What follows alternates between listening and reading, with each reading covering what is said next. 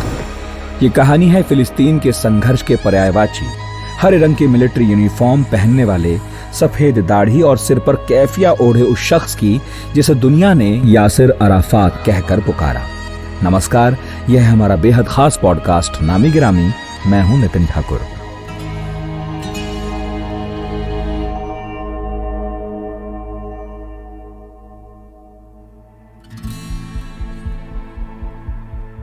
शक्लो सूरत से साधारण से दिखने वाले अराफात का जीवन बेहद असाधारण रहा। 1929 में जन्मे यासिर अराफात दुनिया के उन बचे खुचे नेताओं में से एक थे जिन्होंने अपने लोगों और अपनी जमीन के हक के लिए अपना पूरा जीवन दे दिया।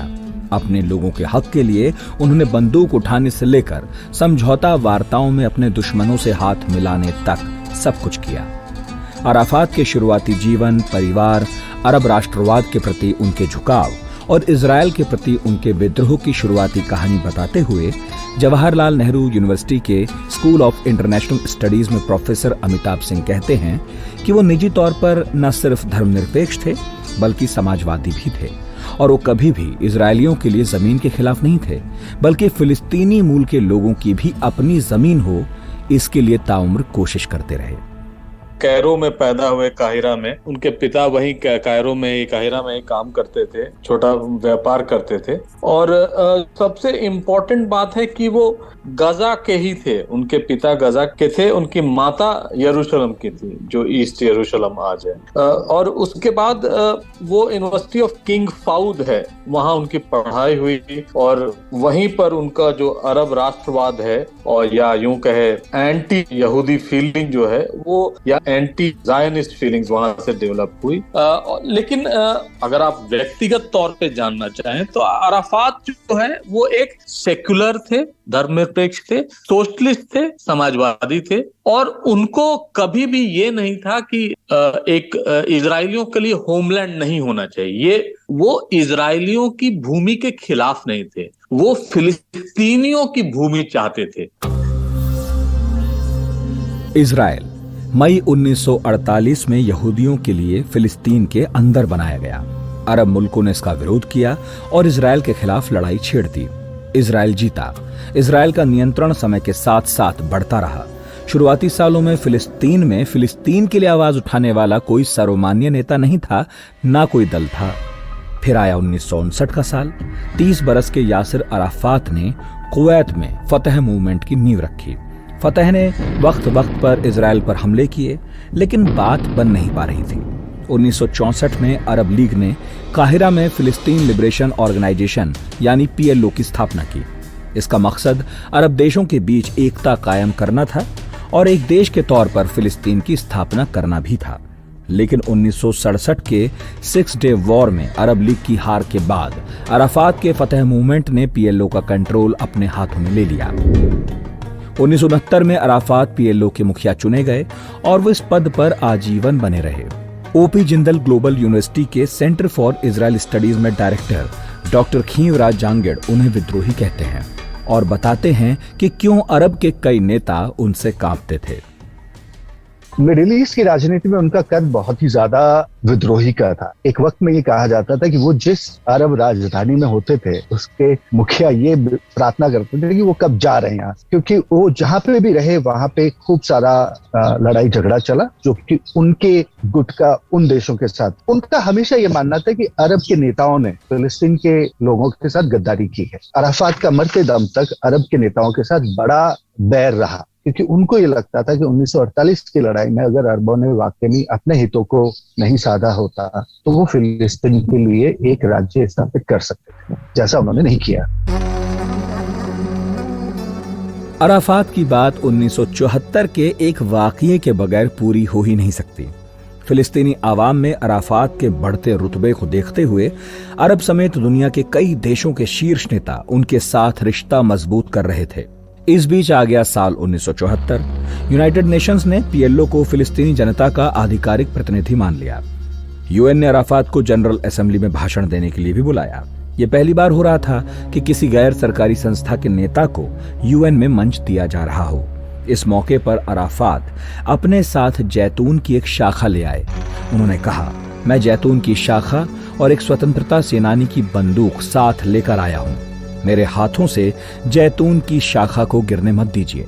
संयुक्त राष्ट्र महासभा में उनके संबोधन ने 2 चीजें की।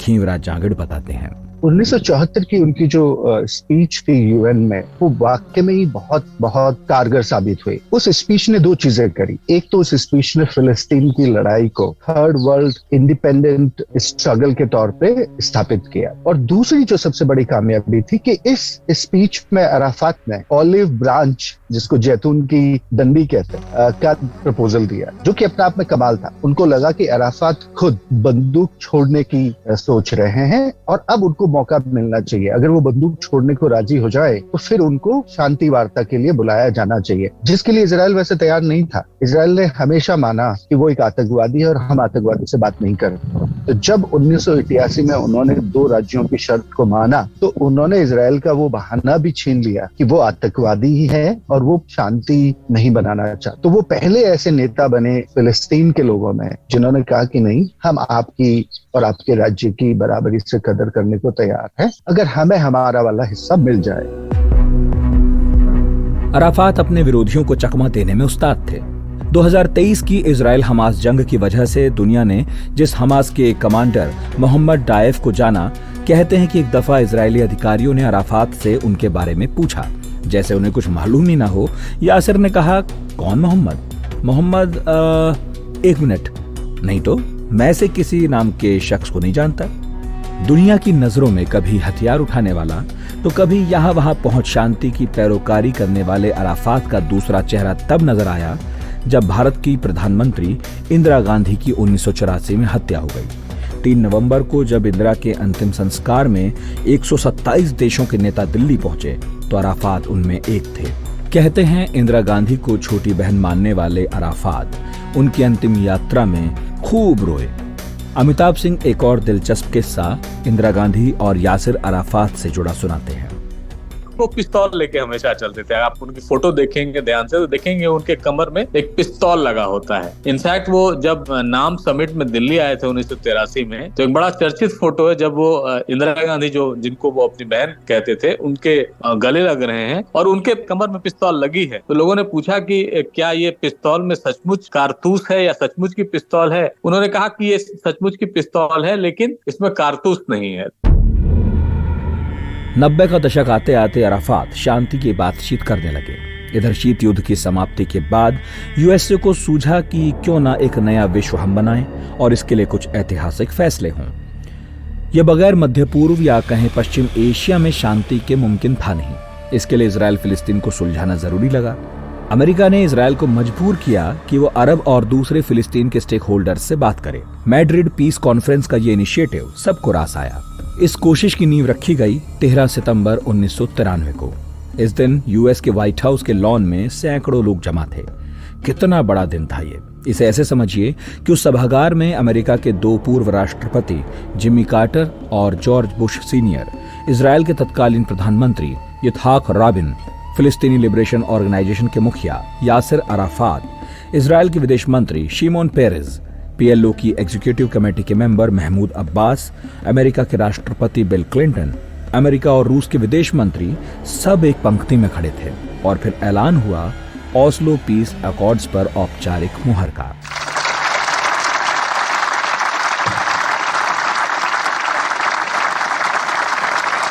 Mr. President, thank you, thank you, thank you.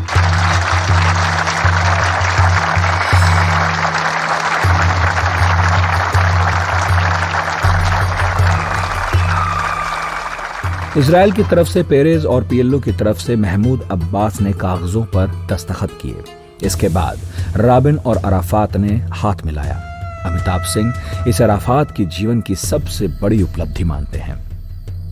सबसे बड़ी जो उनकी उपलब्धि रही, 1991 में मैड्रिड कॉन्फ्रेंस हुआ स्पेन के कैपिटल में, और उसके बाद तुरंत बाद 1993 में ओस्लो अकॉर्ड्स हुआ, जहां ये माना गया इजराइल द्वारा और इजरायली सरकार द्वारा कि हम फिलिस्तीनियों को उनको सेल्फ गवर्नेंस का अधिकार देंगे और उस सेल्फ गवर्नेंस में हम ये सुनिश्चित करेंगे कि इनके ज्यादा से ज्यादा जो लोकल चीजें हैं उनको ये एड्रेस करें, उनसे टैक्सेस लें, और जो पुलिसिंग का है या जो सिविल काम है जैसे पानी सप्लाई, हॉस्पिटल देखना, ये सारे उनके जो एक्सटर्नल रिलेशंस हैं वो हम कंट्रोल करेंगे। तो इस पर एक मतैक्य हो गया और वो उसके बाद उनको आगे चल के इसी के लिए नोबेल पुरस्कार भी मिला। यह ऐतिहासिक समझौता एक अंतरिम व्यवस्था थी। कहा गया कि 5 बरस बाद फाइनल एग्रीमेंट पर समझौता किया जाएगा, लेकिन इस बीच दोनों तरफ से कई ऐसी चीजें हुई जिसने माहौल खराब कर दिया। दोनों तरफ के कट्टरपंथी ओस्लो अकॉर्ड्स के लिए तैयार नहीं थे। सन 95 में एक सिरफिरे ने इजराइल के तत्कालीन प्रधानमंत्री यित्ज़हाक राबिन की हत्या कर दी। फिलिस्तीन में हमास और इस्लामिक जिहाद जैसे संगठनों ने अकॉर्ड्स को मानने से इनकार कर दिया। हमास की इस करतूत के बारे में जांगिड़ विस्तार से बताते हुए कहते हैं कि हमास ने न सिर्फ शांति की इस पहल की मिट्टी पलीद कर दी, बल्कि एक सच्चे फिलिस्तीनी अराफात को गद्दार तक ठहराया। हमास ने 1995-93 से लेके एकदम झूर विरोध किया अराफात का बातचीत को लेके। उन्होंने अराफात को कहा कि अब तुम बूढ़े हो गए हो, इसलिए तुम्हें बातचीत की सूझी है इजराइल के साथ। अब तुम कमजोर हो गए हो, इसलिए अब तुम लड़ नहीं सकते। तो तुम्हारा जो राजनीतिक कॉम्प्रोमाइज है इजराइल के साथ, वो हमें कबूल नहीं। और उन्होंने अराफात को गद्दार तक कहा कि अराफात फिलिस्तीनियों की लड़ाई को बेच रहे हैं, जो कि बहुत बड़ा एलिगेशन है। तो अराफात की मुश्किल अंदरूनी भी थी। फिलिस्तीन अब अकेला उनके कंधे पे नहीं था। हमास ने एक अलग धुरी बना ली थी और वो धुरी वाकई में ज्यादा उग्रवाद वाली। तो अगर हम हिंदुस्तान और हमारी राजनीति के परंपरागत सोच से देखें तो अराफात का जो फैसला था वो ज्यादा उचित और मुनासिब था। और हमास ने जिस तरफ फिलिस्तीन की लड़ाई को धकेला, वो मतलब खून खराबे की लड़ाई है। उससे अभी तक तो कुछ हासिल हुआ नहीं है और आने वाले वक्त में भी नहीं हासिल होगा, क्योंकि ये लड़ाई तो अराफात ने करके देख ली थी।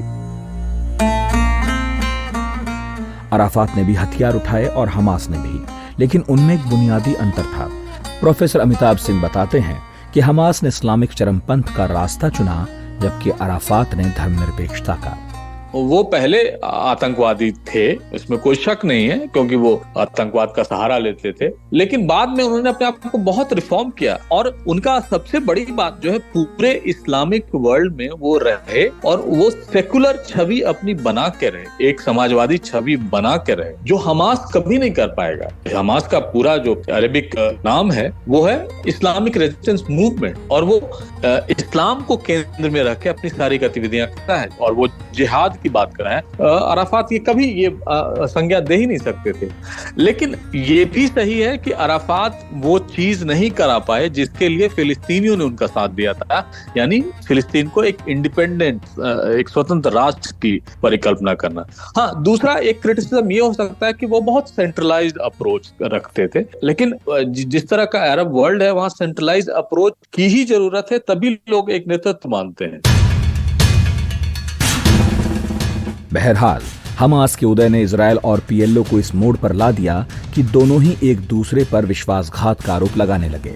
फिर साल 2000 आया। अमेरिका के कैंप डेविड में ओस्लो एकॉर्ड्स को अंतिम अमलीजामा पहनाने की तैयारी शुरू हुई, लेकिन इसमें फिलिस्तीनी शरणार्थियों और जेरूसलम के मसले पर बात नहीं बनी। कैंप डेविड एकॉर्ड फेल हो जाने के बाद हमास, इस्लामिक जिहाद और दूसरे चरमपंथी संगठनों ने इजरायल में आत्मघाती हमले तेज कर दिए। बदले में इजरायल ने भी कार्रवाई की। फिर 9/11 का हमला हुआ और नए राष्ट्रपति जॉर्ज बुश ने वॉर ऑन टेरर का ऐलान कर दिया। इस घटना ने अराफात को हाशिए पर धकेल दिया। कोई उनसे सीधी बात करने को तैयार नहीं था। अंतिम वक्त में वो वेस्ट बैंक में अपने 2 बेडरूम के घर में कैद होकर रह गए। आखिरकार अक्टूबर 2004 को यासिर अराफात की मौत हो गई।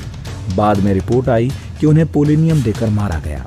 इतिहास पढ़ने वाले छात्र अक्सर सोचते हैं अलग अलग राजनीतिक शख्सियत को सामने रखकर कि काश ऐसा होता, कि काश वैसा होता। अगर अराफात आज होते तो इजराइल फिलिस्तीन का परिदृश्य कैसा होता? युवराज जांगड़ बताते हैं। जितनी उनकी कामयाबी थी 3 दशक की, 4 दशक, उस 4 दशक की कामयाबी को देखते हुए ऐसा लगता है कि वो वाकई में फिलिस्तीन के झगड़े को एक अंजाम पे ले जाने के काबिल थे। वो बहुत ज्यादा पॉपुलर थे। फिलिस्तीनियों का उनके ऊपर अटूट विश्वास था और उनकी एक अंतर्राष्ट्रीय सॉलिडारिटी भी बहुत बहुत बड़ी थी। ये दोनों चीजें उन्हें बहुत बड़ा नेता बनाती थी, जिसको इजराइल भी इनकार नहीं कर सका बातचीत से। तो जो ओस्लो का लंबा दौर चला और जिस मुद्दे पे जाके ये बातचीत टूटी, वो भी कहना मुश्किल है कि कौन गलत था कौन सही था, पर वो बातचीत दोबारा हो सकती थी।